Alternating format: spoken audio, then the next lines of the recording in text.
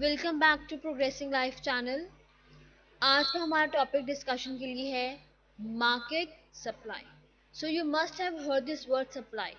होता क्या है सप्लाई? कि हम मार्केट में जो प्रोड्यूसर्स हैं वो कितना सामान दे रहा है, ठीक है। प्रोड्यूसर्स जो हैं वो कंज्यूमर तक कितना सामान पहुंचा रहा है उसको हम कहते हैं supply. So what is market supply? The market supply is the total quantity of a good or a service all producers are willing to provide at the prevailing set of relative prices during a definite period of time. So इसका मतलब है कि market supply क्या होता है? हमने जैसे demand में पढ़ा था कि कंज्यूमर एक प्रिवेलिंग प्राइस के ऊपर, एक prevailing definite period of time के ऊपर कितना सामान लेना चाहता है, वो होता है डिमांड। इसके ऑपोजिट क्या है? एक प्रिवेलिंग प्राइस के ऊपर, एक डेफिनेट पीरियड ऑफ टाइम के ऊपर जो प्रोड्यूसर है वो कितना सामान देना चाहता है मार्केट में, उसको हम कहते हैं market supply. The market supply is the sum of all individual producer supplies. It is understood that supply means market supply unless it refers to one producer. अगर हम हर एक प्रोड्यूसर की इकट्ठे सबको हम सम अप करते हैं ना कि एक प्रोड्यूसर ने 20 यूनिट सप्लाई किए, बी ने 30 किए, सी ने 40 किए, तो मार्केट सप्लाई हमेशा क्या होता है कि हम सभी प्रोड्यूसर्स की सप्लाई को सम अप करते हैं, टोटल करते हैं, दैट इज मार्केट सप्लाई। कहते हैं हमने हमेशा मार्केट सप्लाई को एग्रीगेट फॉर्म में पढ़ना है, इकट्ठे पढ़ना है, ठीक है। जब हम अनलेस अनटिल हम क्या करें, एक प्रोड्यूसर की बात नहीं करें, तो supply is basically means market supply only. कि हम अगर सप्लाई का मतलब बोल रहे हैं वो क्या है, मार्केट सप्लाई ही है, हम हर एक प्रोड्यूसर का सम अप कर रहे हैं। So next, the supply of produced goods is usually indirect and the supply of non-produced goods is more direct. Individuals supply their labor in the form of services directly to the goods market. वो कह रहे हैं कि हम क्या कह रहे हैं, जो हम टेंजिबल्स हैं, हमारे गुड्स जो है जिसको हम देख सकते हैं, टच कर सकते हैं, वो इनडायरेक्ट फॉर्म में होते हैं। एंड जो हमारी सर्विस है जो उसको हम नहीं देख सकते, वो हमारे डायरेक्ट फॉर्म में होती है। Let's understand through one example. For example, an independent contractor may repair a washing machine. The contractor supply his labor directly. So they are saying कि जो हमारा कॉन्ट्रैक्टर है उसने एक वॉशिंग मशीन क्या की है, रिपेयर की है। तो जो कॉन्ट्रैक्टर ने क्या किया है, अपनी लेबर को कैसे डायरेक्टली सप्लाई की, दैट मीन्स उसने क्या किया है, अपनी उसने अपनी सर्विस दी है, उसने अपने क्या किया है, मार्केट में एक मशीन सही की है, तो उसने एक लेबर तो बेची। तो मेन चीज क्या है इसमें, डायरेक्ट फॉर्म में क्या है इसमें, कि उस पर्सन ने क्या किया, इसकी सर्विस दे के क्या किया, वॉशिंग मशीन को सही किया। Next comes law of supply. So what is law of supply? Law of supply हमें कहता है, जैसे हमने डिमांड में पढ़ा था, अगर मेरे प्राइजेस कम होंगे डिमांड ज़्यादा होगी, प्राइजेस ज़्यादा होंगी डिमांड कम होगी। बट लॉ ऑफ सप्लाई क्या कहता है, अब प्रोड्यूसर है वो कहता है कि मैंने जब चीज़ महंगी हुई है मैं ज़्यादा से ज़्यादा बेच दूँ ताकि मुझे प्रॉफिट हो जाए। So that is what law of supply, कि अगर मेरे प्राइजेस ज़्यादा होंगे तो मेरी सप्लाई भी ज़्यादा होगी, अगर मेरे प्राइजेस कम होंगे तो मेरी सप्लाई भी कम होगी। That is from the producers point of view. ये जो लॉ ऑफ सप्लाई है वो हम एक प्रोड्यूसर के पॉइंट ऑफ व्यू से सोच रहे हैं कि अगर वो कहता है चीज़ महंगी है तो मैं ज़्यादा से ज़्यादा सेल कर दूं ताकि मुझे ज़्यादा से ज़्यादा प्रॉफिट हो। The law of supply is a microeconomic law that states that all other factors being equal, as the price of a good or service increases, the quantity of a goods or services that supplies offer will increase and vice versa। अगर वो कह रहे हैं कि prices बढ़ रहे हैं goods and services के तो हम ज़्यादा सप्लाई करेंगे, and vice versa, that means opposite. Example से समझते हैं एक और एग्जाम्पल क्या है, a business will make more video game system if the price of दो सिस्टम इज इंक्रीजेज। वो कहते हैं एक बिजनेसमैन है वो ज़्यादा वीडियो गेम सेल करेगा जब उसके प्राइजेस बढ़ जाएंगे, एंड ऑपोजिट क्या होगा, जब प्राइजेस कम होंगे।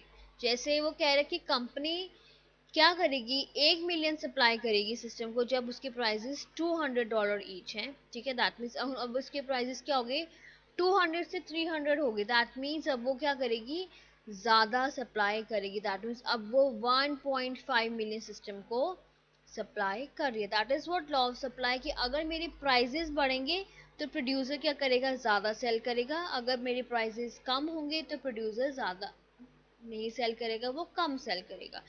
एग्जाम्पल और लेते हैं, एक प्याज की एग्जाम्पल लेते हैं, जब प्याज के प्राइसेस बढ़ गए थे तो डिमांड तो कम हो गई थी लोगों की, बट वो कि सेलर्स क्या कहते थे, हम ज़्यादा से ज़्यादा प्याज को सेल कर दें ताकि हमें प्रॉफिट हो। वो क्या करते हैं, सेलर्स क्या करते हैं, स्टॉकर्स क्या करते हैं, वो चीज़ को रख लिया, वो कहते हैं हम चीज़ को महंगा बेचेंगे। That is what law of supply. Demand में ऑपोजिट केस होता है कि जब प्राइसेस कम होंगी डिमांड ज़्यादा होगी, प्राइसेस ज़्यादा होंगी डिमांड कम होगी। बट लॉ ऑफ सप्लाई में हमेशा डायरेक्ट रिलेशन होगा, प्राइसेस बढ़ेंगे सप्लाई ज़्यादा होगी, प्राइसेस कम होंगे सप्लाई भी कम होगी। सो लेट्स लर्न कि हम इसको डायग्राम फॉर्म में कैसे लॉ ऑफ सप्लाई को बनाएंगे। सो लेट्स लर्न कि हमने सप्लाई कर्व कैसे बनाना है। आपको सप्लाई कर्व बनाने के लिए दो चीजें चाहिए, एक तो प्राइस, एक सप्लाई हमने कितना किया है या क्वांटिटी सप्लाइड हमने कितनी की है। सो जैसे हमने पढ़ा कि लॉ ऑफ सप्लाई क्या कहता है कि जैसे जैसे प्राइसेस बढ़ेंगे जो सप्लायर है वो कहेगा मैं ज्यादा से ज्यादा मार्केट में सप्लाई करूं, कंज्यूमर्स को ज्यादा से ज्यादा गुड्स दूं। सो जैसे जैसे हमारे प्राइसेस हमें गिवन है कि 5 थे पहले, फिर 10 हो गए, 15, 20 एंड 25। तो हमारी सप्लाई कैसी थी, देखो जैसे जैसे मेरे प्राइसेस बढ़ रहे हैं सो दैट मीन्स मेरी क्वांटिटी भी ज्यादा सप्लाई होगी। सो प्राइसेस 5 के ऊपर 10 सप्लाई किया सप्लाई ने, 10 के ऊपर 20 यूनिट सप्लाई किए, 15 के ऊपर 30 यूनिट्स, 20 के ऊपर 40 यूनिट्स एंड 25 रुपीज के ऊपर उसने 50 यूनिट्स सप्लाई की। दैट मीन्स इनका डायरेक्ट रिलेशन है, अगर मेरे प्राइसेस बढ़ेंगे तो मेरी सप्लाई भी ज्यादा होगी। सो यही हम अब डायग्राम में देखेंगे कैसे रिप्रेजेंट करेंगे।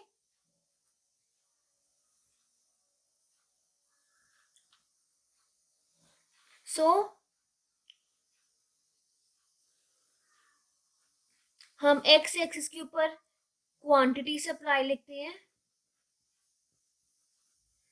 Quantity supplied, and on Y axis हमारा आता है यहाँ पे प्राइस।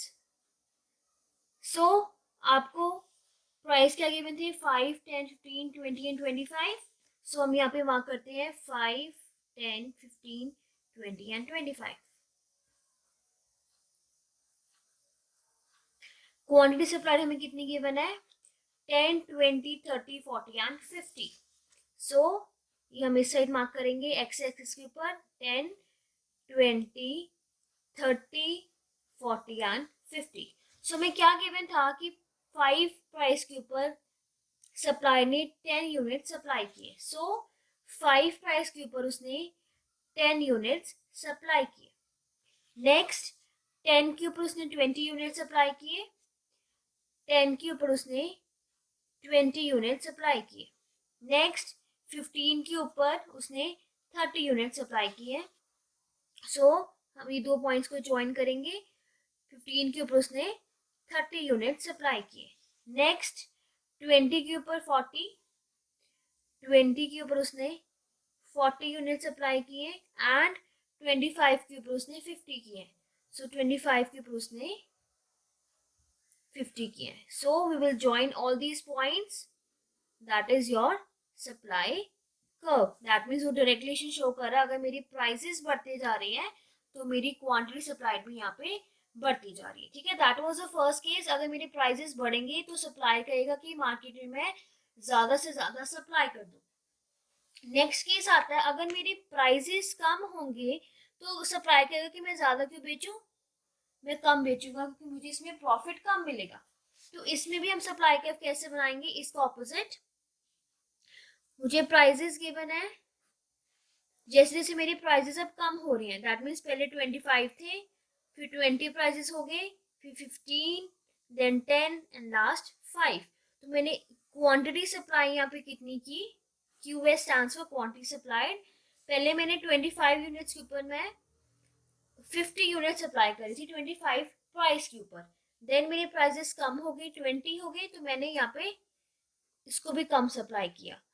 फिर 15 हुए तो मैंने यहाँ पे 30 किया, 10 के ऊपर मैं 20 करूंगी एंड 5 के ऊपर मैं 10 करूंगी। सो हम यही डायग्राम में रिप्रेजेंट करते हैं।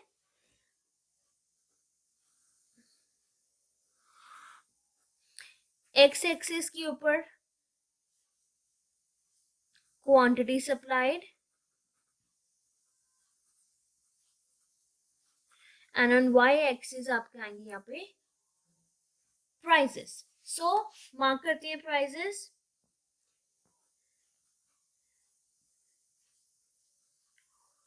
आपकी क्वांटिटी सप्लाइड है यहाँ पे 10, 20, 30, 40 and 50 and prices is 25 to 5. So 5, 10, 15, 20 and 25. So 25 rupees के ऊपर उसने 50 यूनिट सप्लाई किए. दैट मीन्स 25 प्राइस थे और उसने 50 यूनिट्स सप्लाई किए.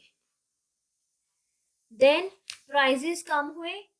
Quantity supplied is 40 unit. So prices मेरे 20 कम हो गए यहाँ पे और मैंने क्वांटिटी भी कम सप्लाई की कि मैं ज्यादा सप्लाई कहते हैं मैं ज्यादा सप्लाई नहीं करूंगा.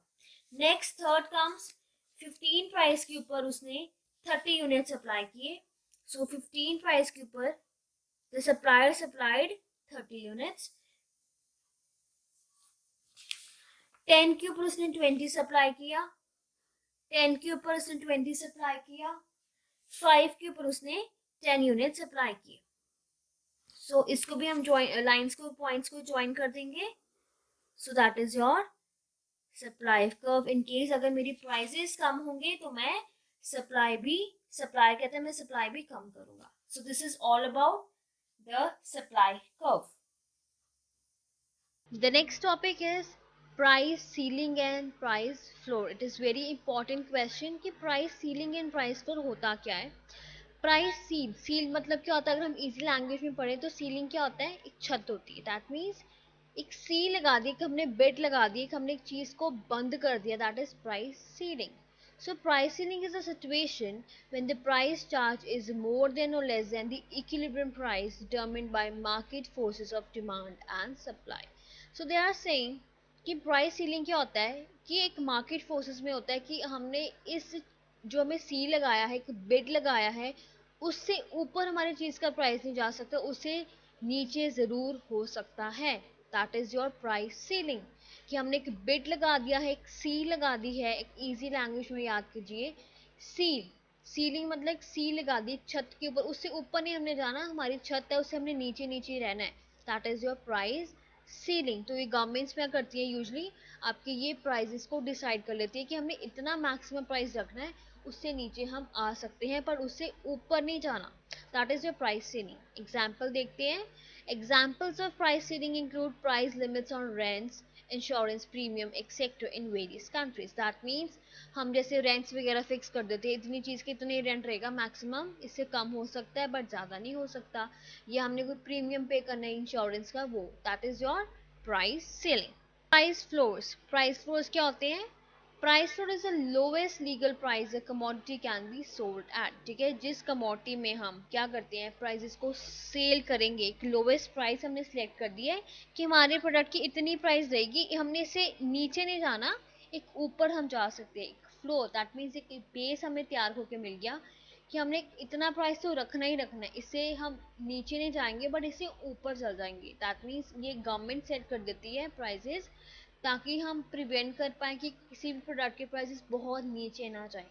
जैसे एग्जांपल गिवन है, minimum wage laws have been passed in the various countries to determine the minimum wages to be paid to the worker. ठीक है, दैट मीन्स वो कह रहे हैं कि हमने जो प्राइजेस सिलेक्ट किए हैं मिनिमम वेजेस की, इस एम्प्लॉय को हमने या इस वर्कर को इतने दिहाड़ी तो देनी देनी. That is your minimum wage. हमने एक मिनिमम वेज सेलेक्ट कर दिया है, एक हमने मिनिमम प्राइस सेलेक्ट कर दिया कि एक पर्सन का वर्कर का एक दिहाड़ी का इतना प्राइस तो रहेगा. That is your price floors. So ceiling means हमने एक बेड लगा दी है, एक मैक्सिमम प्राइस सेट कर दिया कि हम उससे ऊपर नहीं जाएंगे, उससे हम नीचे. Floor is basically what. Price floor क्या होता है. हम प्राइस फ्लोर में ये देखते हैं कि हमें कितने मिनिमम वेज हमने सिलेक्ट किया, मिनिमम प्राइस हमने सिलेक्ट करनी है. So this was all about the chapter market supply, जिसमें हमने पढ़ा है कि मार्केट सप्लाई क्या होता है, लॉ ऑफ सप्लाई क्या होता है, price ceiling and price floors क्या होते हैं.